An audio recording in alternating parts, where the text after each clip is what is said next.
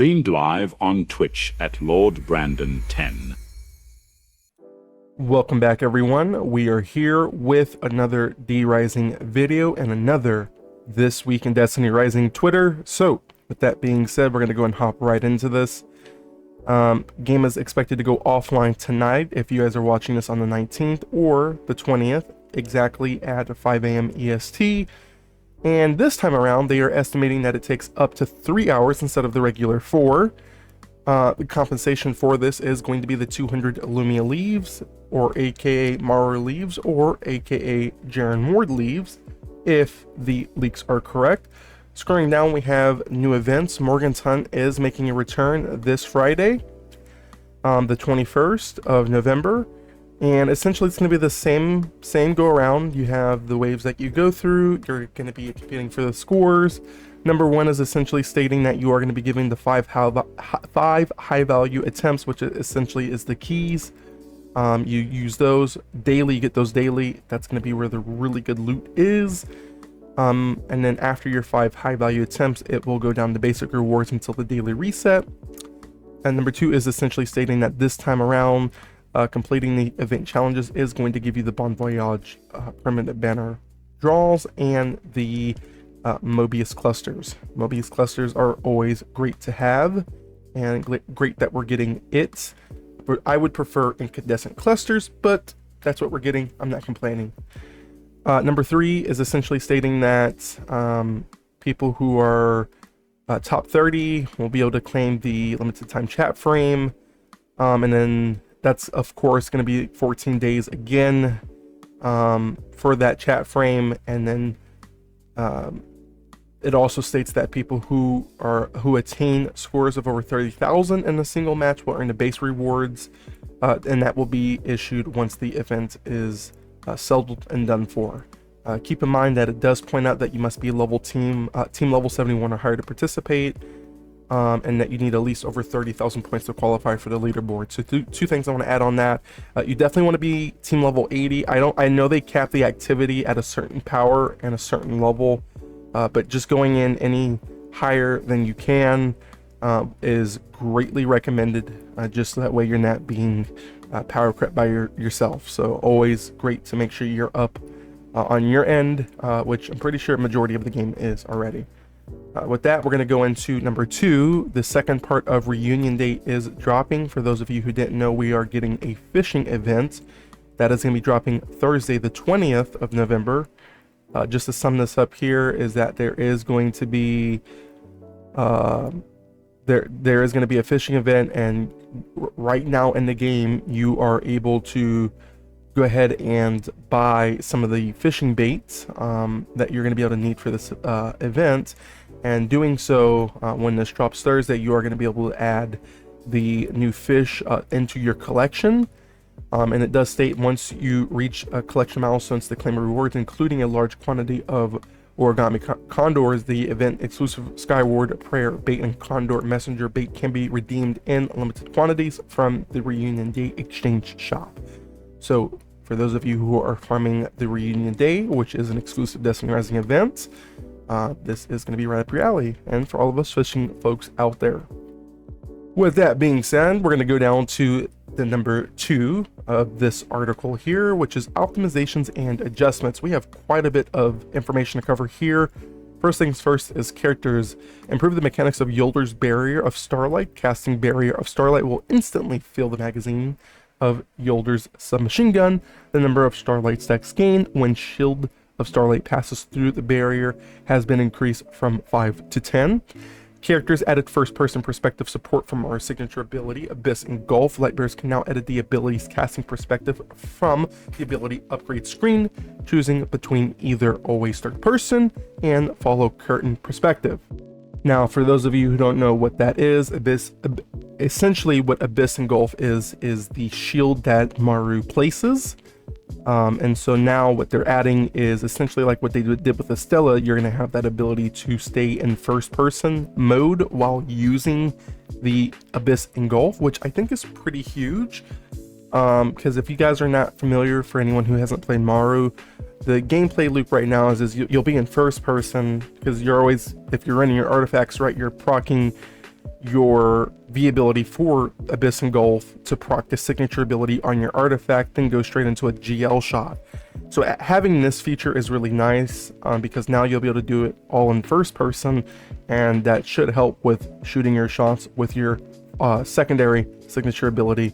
At least for me, I think that's going to be huge. I've been playing a lot of Maru and helping folks with the Calamity, and I think that's just a really great feature that they're adding just in terms of playability. So great on them. That's it's a really good change of life there, quality of life for Maru. Going down, characters improve the feel of existing or exiting Gwen's Soul Harvest state, excuse me. It states that weapons, reworked exotic sword, Partridge Sky, perk, and callous effects. Original, when charged, heavy attacks deal damage. This weapon gains 20% swing speed and light attack damage bonus for 4 seconds. So for anyone who is playing Jolder, you guys are getting quite the buff. You're getting not only the Starlight buff, but you're also getting a Partridge Sky buff as well. So that is insane. Jolder mains, you guys might be on top after this one. It goes on to say that when charged, heavy attacks deal damage. Already read that. No, I didn't read that. When charged, heavy attacks deal damage. This weapon gains 25% swing speed and light attack damage for 4 seconds. If charged heavy attack results in a final blow, then light attacks deal 50% damage. Hello? That's insane. Weapons, change exotic sword Partridge Sky's catalyst band to effect. It states the original upgrades battle cry to its enhanced form. New, this weapon's charged heavy attacks deal more damage to targets at lower health, increasing by up to 120%. So you guys are getting 2 buffs here essentially with Partridge Sky, because if you look at the first one, they're changing the base catalyst effect. So before it was where you would do the heavy attack, you get the 20% swing speed for 4 seconds, but now when you do it, not only are you getting the 25% swing speed for 4 seconds, you're also getting the 50% increase in damage if it results in a final blow, which is just insane if you're doing the heavy attack, which is actually insane. I'm not sure if people are going to be using heavy attacks for final blows. I would imagine you are on red bars, or even if you go into like if there's like a major enemy next to red bars and you do the AoE attack from Partridge Sky, I can see a future where that's definitely vulnerable, and then you follow it with light attacks with 25% swing speed on Jolder, not to mention the actual Jolder perks and buffs that we're getting as well that play into the submachine. I think that's going to be really amazing. I don't play Jolder myself, but I am aware of her ability, so I think that's going to be really cool and really nice for the Jolder mains out there. So good stuff. Going down to the second part of the optimizations, they state with Gauntlet Blitz, there is going to be a limited time direct access for Assembly Plant, Overflow, and the walls. And the walls have eyes will be closing soon, after which light bearers can challenge them through random heroic difficulty matchmaking. The following new drops have been added, which is essentially the new weapons for all of those. For all of you people who are not aware, we get a new auto rifle, new shotgun, new GL, new hand cannon. So make sure that you're going in and farming that because it is ending soon. It does go on to say that shifting gates for a limited time exchange. Oh yeah, because I guess that's going to be going. Yeah, because right now, if you guys are not aware, right now you can go to the exchange shop for shifting gates, and you can actually purchase these weapons outside of the 20 exotic, or excuse me, the 20 mythic engrams that we do get a week. So make sure that you guys are going to do that as well. It only costs 20 translation credits. So going down to new features and system improvements, we've got a bit of information to cover here. Added a synthesis recipe for mythic weapon random engram. Gauntlet 3, decrypt this engram to acquire one of the following mythic weapons at random: rocket launcher, the four-horned ram, hand cannon, parole, grenade launcher, which I can't pronounce, auto rifle, wrongful ingress, shotgun, another name I can't pronounce, and hand cannon empty fort strategy. So make sure that you guys are taking advantage of the synthesis when that does drop after the patch or after the update.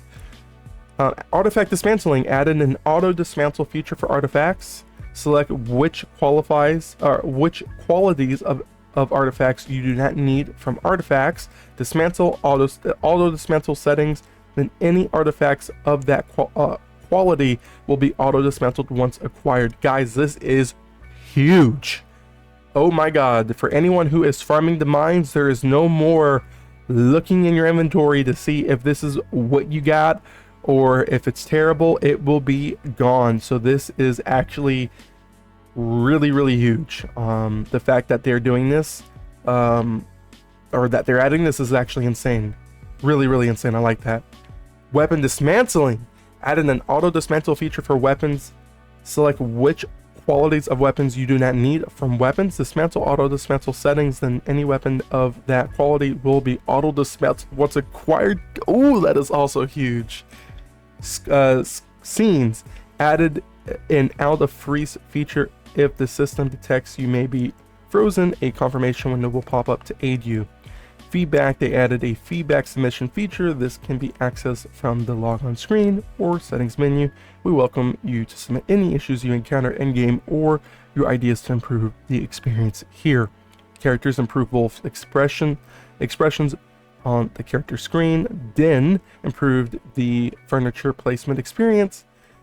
Interface prompts improve the prompt shown when acquiring a duplicate weapon catalyst. Items change the name of the mythic weapon random engram casual to mythic weapon random engram gauntlet 2. Fixed issues, they fixed an issue with added an expiration date to Festival of the Lost events festival candy. Be sure to use the candies to craft candy buckets before candy expires on December the 11th. Network fixed server latency issues present in certain regions post server linking. Destinations improved the display of destination frontline events in the activity screen. Triumphs fixed some calculation issues of the Season of the Moor sealed triumphs. Characters fixed an issue in which Maru's helmet would be inconsistently equipped before and after dialogue. And that's all for the update details. Thanks for your patience. We will continue to collect your feedback and suggestions to keep improving the Destiny Rising experience. May the light be with you. Signed, the Destiny Rising team. Ladies and gentlemen, that is this week's in Destiny Rising Twitter all wrapped up. A lot of good quality of life things that they're adding. I am really stoked about 4 things. I'm really excited that Morgan's Hunt is returning. I know it's like what, the 3rd or 4th time we have seen it introduced in Destiny Rising, but man, when it is here, it is such a great event to play. I find myself in Morgan's Hunt more than I do in Calamity when this is in the game. Really great event.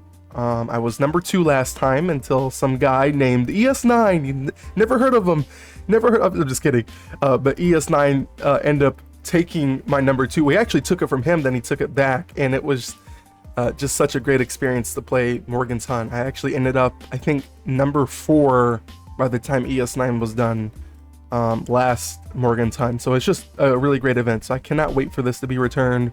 I don't really care about the rewards. I think the rewards are, for the most part, the same. I would have really preferred incandescent clusters. So the rewards I'm not really too stoked about. I mean, it is what it is. We're going to get some good stuff. I'm pretty sure there'll be more than what they're listing here. I'm pretty sure we'll get some exotic confusion cores as well. And some other good stuff with this event as well.